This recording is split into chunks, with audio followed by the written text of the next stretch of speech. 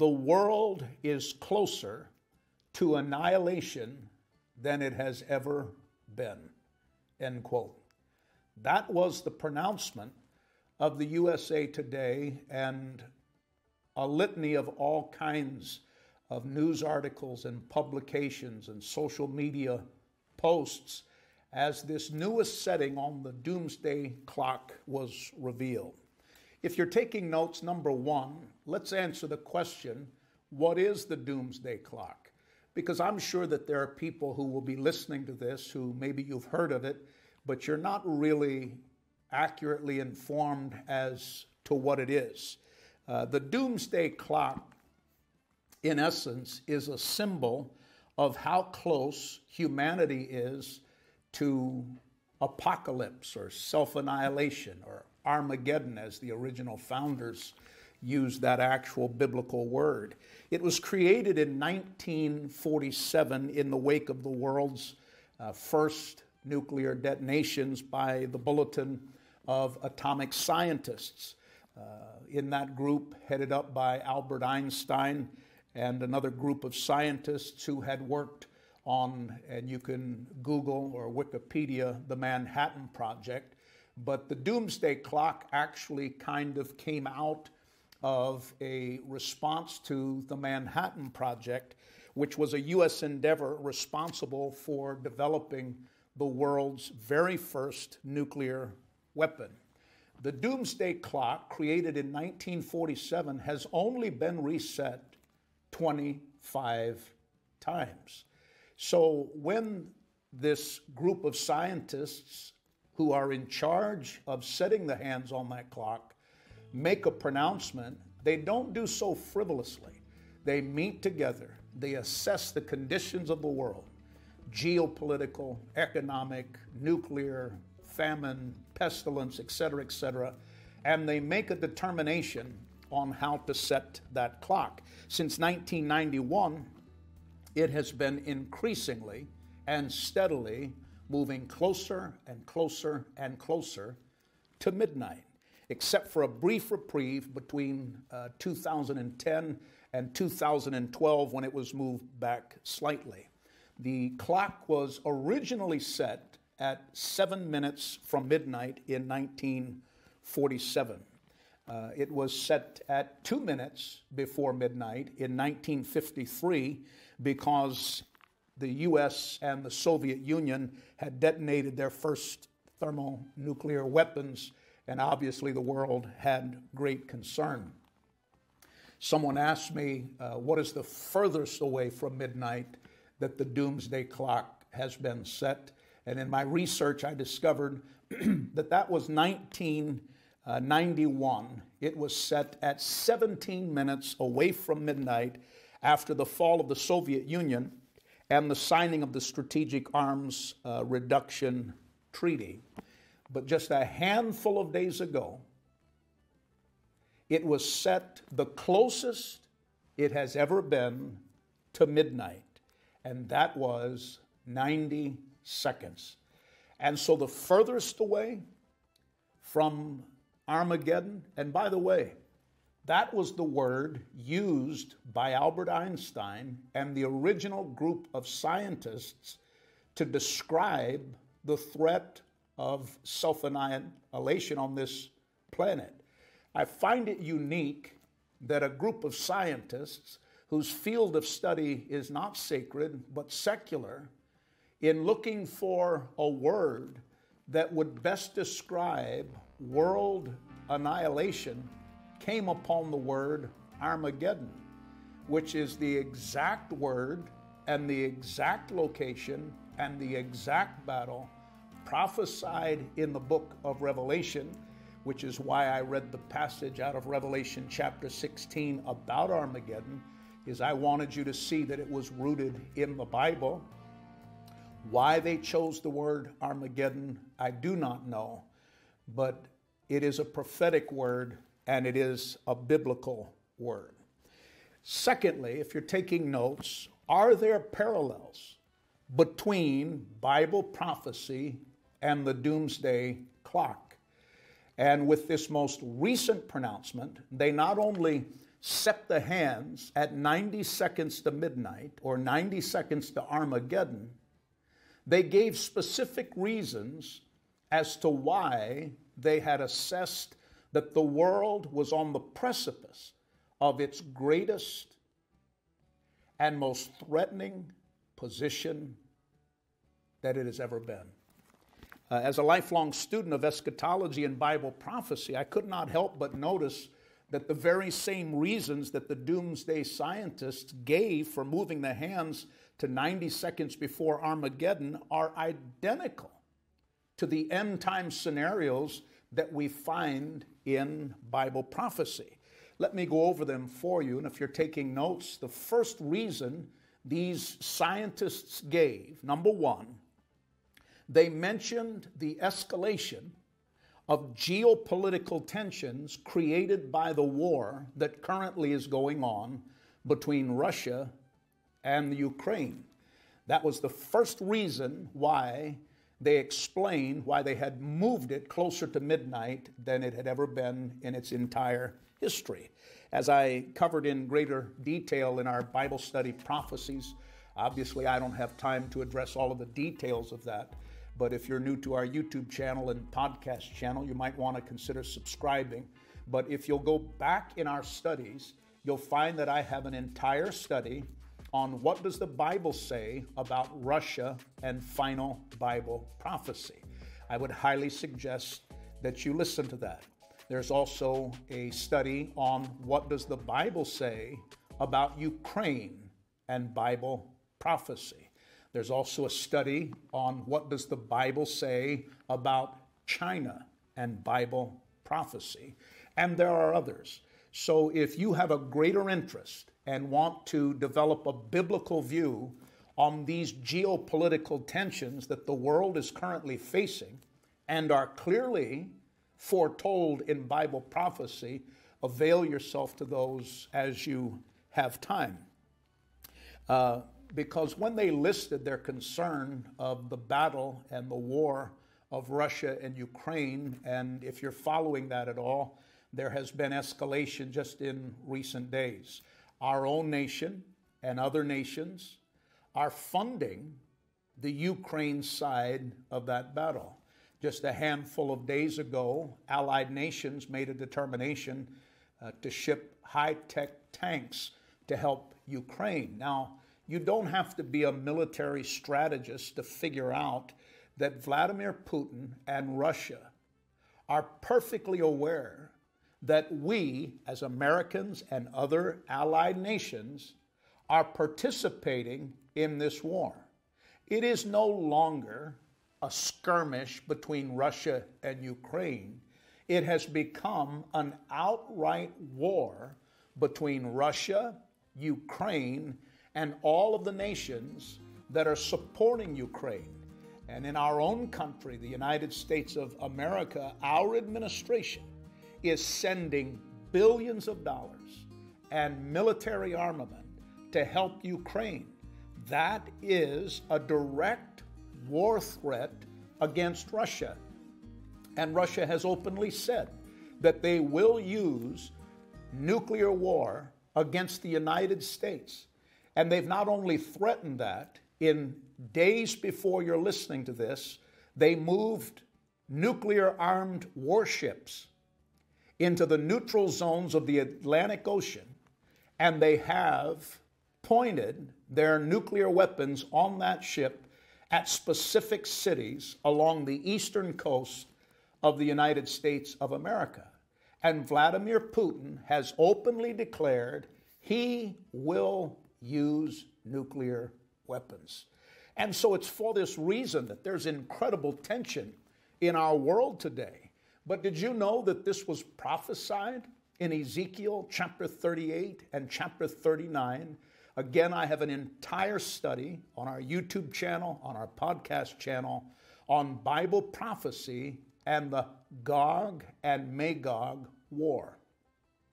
Now, this specific potential war would be the Gog-Magog war of Ezekiel 38 and 39. As you'll discover in that study, the Bible prophesies two Gog and Magog wars, But this would be the one prophesied by the prophet Ezekiel in the Old Testament in the 38th and 39th chapters. And it sure seems like the stage is being set for its fulfillment. So I am not saying that this is a fulfillment of the war, the Gog-Magog war in Ezekiel 38 and 39. But if it is not, it certainly is a true foreshadowing of that prophetic and pending war. And the essence of what Ezekiel prophesied was there would be an aggressive leader out of Russia. Now, how do we know it's Russia? In the Hebrew, in the Old Testament, it's called Rosh. But you can find no other solution to the landmass that refers to. It is Russia. There's not a single respectable biblical scholar, eschatology scholar, that disagrees with that, because it says the land due north of Jerusalem, and Moscow is pretty much directly north of Jerusalem and Israel, and no other landmass has potential of fulfilling that Bible prophecy. So it tells us that an aggressive leader out of Rosh will arise in the last days and will create a world skirmish in an endeavor to lustfully create a legacy of restoring what we might call the Russian Empire. And this was the number one reason listed by those secular scientists for moving the hands on the doomsday clock to 90 seconds before midnight. The second reason that these scientists gave was they pointed to the escalation of the nuclear arms race. Now, some of you may know, or you may be learning right now, that India is becoming a world nuclear player. India is on pace currently to soon surpass in population China. And for years, people thought there'll be no nation on the planet that will ever surpass the population of China. But India is on pace to do that. India in recent years has also put together 16 nuclear warheads, which a lot of people are not aware of this, but India has become in recent years a major player in the nuclear arms race. And obviously the tensions between India and China are present. And the Bible, of course, prophesies very clearly about China's involvement in the last days in what will probably lead to a World War III. I don't have time to talk about World War III in Bible prophecy. I have studies on that. But there will probably be more than one nuclear war in final Bible prophecy. In fact, there are some very respected scholars in eschatology that lay out an argument that there will be 5 nuclear skirmishes during end-time Bible prophecy, which would make a total of 7. We've already had 2 world wars, and it looks like there may be prophetically several more to come. Not only that, North Korea has become a nuclear threat, and that threat is only heightened by their current rogue and unstable leader, who is most untrustworthy and continues with his open threats. But there is a nation that I really want you to keep your eye on as far as Bible prophecy, and that is the nation of Iran, because they are specifically mentioned in Bible prophecy and will be a part of, most likely, a nuclear attack or attempted attack along with allied nations against Israel, including Russia. Iran may already be capable of nuclear threat, and their repeated vow to wipe Israel and the Jews from the face of the earth, they boldly and repeatedly have stated that on political stages, including many times on the very floor of the United Nations. Their hatred for Israel, their hatred for the Jews, and their solemn promise that they will eradicate Israel and the Jews must be taken seriously. Iran's involvement in this coming prophesied allied attack against Israel is clearly outlined in Bible prophecy. Thirdly, the doomsday scientists cited the increasing risk of biological weapons and tells us that one such occasion will wipe out 1/4 of the Earth's population. So hear me clearly. The book of Revelation, the final book in your Bible, a book of prophecy in the 6th chapter, tells us that in the last days, and this will occur during the tribulation period, that pestilences will be a part of judgment that will wipe out 1/4 of the Earth's population. And that's not the only judgment. Over half of the world's population potentially will be eliminated during the tribulation period.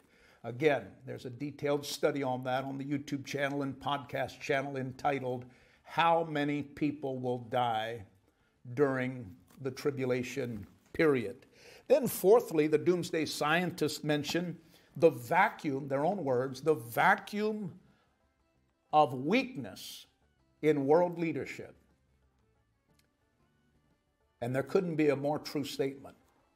There is a vacuum currently in our world of proper leadership. And I'm not just talking about world leaders. I'm talking about leaders on almost every level. We could go down to school boards, and we could go down to academic boards, and on and on and on. We live in a day and an age in which those political puppets that are paraded before us to vote upon have almost no leadership qualities at all, or are openly corrupt, or have a history of perversion that's known. And it just is mind-boggling. How in the world did we get to a place where we have no common sense when it comes to voting in leaders that will protect our countries and protect our population and protect our laws and protect our constitutions and so on? It seems like we are in a pattern, not just our nation, globally, of putting people into leadership who seem to be bent on doing what is absolutely the worst possible case scenario for their country and for their populace. Some of you would be familiar with an organization called the WEF, which stands for the World Economic Forum. And if you're not familiar with that organization, write it down and pay attention, because I personally have no doubt that they're a player on the prophetic stage in preparing the way for the arrival of ultimately what the Bible calls a world leader named the Antichrist. And the World Economic Forum just held their annual meeting, and do you know what their theme was? Their theme was, and I quote, cooperation in a fragmented world. Cooperation in a fragmented world. And in that WEF forum, global leaders from government, business, civil society convened to address the crises in our world, the vacuum of leadership, priorities on how we can put forth a global agenda and global leadership. The WEF has stated, quote, we need a leader who can lead us through and bring us out of all these crises the world now faces, end quote. The final book in the Bible, the book of Revelation, and the 13th chapter clearly prophesied a detailed 5-point political agenda that would lead the world into Armageddon. Thời điểm mà vật có ly độ x bằng 0, đúng không? Chúng ta thấy nè, tại những cái thời điểm này có ly độ bằng 0, ly độ bằng 0 ngay thời điểm này đây, ly độ bằng 0. Tại vị trí này cũng ly độ bằng 0, chiếu vào bằng 0. Tại vị trí này cũng ly độ chiếu vào bằng 0. Tại vị trí bên này chiếu vào ly độ cũng bằng 0. Như vậy các bạn trả lời, thời điểm mà vật có ly độ bằng 0 là T bằng mấy ạ? T bằng 0,2, bằng 0,4, bằng 0,6, đúng không? Đây 0,5, đây chắc chắn là 0,6, đơn vị là giây. Được chưa? Đó là xong cái nội dung của cái câu B của mình. Câu C, xác định tần số góc của dao động. Xác định tần số góc là cái omega đó các bạn. Các bạn có T rồi thì chúng ta dựa vào công thức tính chu kỳ. Đúng chưa? Chúng ta các bạn dựa vào công thức tính chu kỳ nè, ta có nè. T bằng 2pi chia cho omega. Vậy thầy suy ra omega bằng 2pi chia T. Đúng không ạ? 2pi chia cho 0,4. Rồi các bạn rút gọn lên, ở đây là 10. 20 chia cho 4 thì được 5pi. Đơn vị là radian trên giây. Nhớ tần số góc là omega, có đơn vị là radian trên giây. Đó là xong nội dung cái bài số 2 của mình. Chúng ta đi qua cái bài số 3.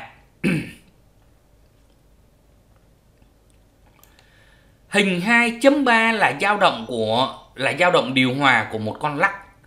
Hãy cho biết vị trí và hướng di chuyển của con lắc tại thời điểm ban đầu. Tức là đề bài người ta hỏi tại thời điểm ban đầu là thời điểm T bằng 0 nè. Thì vị trí của nó ở đâu, tức là x0 này nó bằng bao nhiêu? Và hướng